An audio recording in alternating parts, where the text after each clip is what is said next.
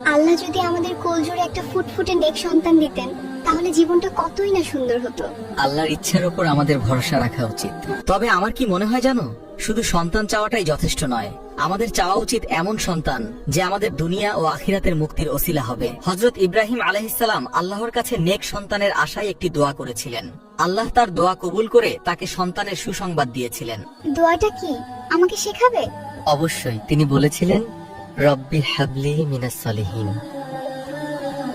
সুবহানাল্লাহ। এর অর্থ কি? এর অর্থ হলো, হে আমার পালনকর্তা, আমাকে নেককার ও সৎকর্মশীল সন্তান দান করুন। আয়াতের গভীরতাটা কত সুন্দর। তিনি শুধু সন্তান চাননি, চেয়েছেন সালেহীন বা সৎকর্মশীল সন্তান। ঠিক তাই, নেককার সন্তান সদকায়ে জারিয়া। আমরা মারা গেলেও তাদের ভালো কাজের সওয়াব আমাদের কবরে পৌঁছাতে থাকবে। তাই এখন থেকে আমরা মোনাজাতে এই দোয়াটি বেশি বেশি পাঠ করব ইনশাআল্লাহ। আল্লাহ আমাদের এই দোয়া কবুল করুন এবং আমাদের ঘরকে নেককার সন্তান দিয়ে আলোকিত করুন। আমিন।